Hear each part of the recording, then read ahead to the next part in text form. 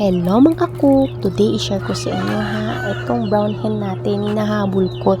Nagkakaka kasi siya mga ka-cook, so tinignan ko kung saan siya nangingitlog. Andito mga ka-cook sa labas. Diyos ko, tingnan nyo naman kung saan nangingitlog. Ayan, ipapakita ko sa inyo. Oh, taran! 1, 2, 3, 4, 4 na pala yung itlog niya mga ka-cook. So, ibig sabihin, basa na yung tatlo dyan kasi gabi-gabing umuulan dito. So, nababad na yan mga ka-cook. Ayan, ipapakuha ko na lang kay Rina. Oh, yan. Ganda yan, girl. So, ayan, Diyos ko, hindi ko talaga alam kasi wala pang 1 month yung mga sisiw niya sa nauna. Kaya pala ayaw na niyang akayin. Tinutuka-tuka na niya. Hinahayaan na lang niya. Ayan pala, nangingitlog na. So, ang gagawin ko na lang dyan, siguro tatlo dyan, lulutuin ko na lang. O, lahat na yan, ire-reset ko na lang ulit.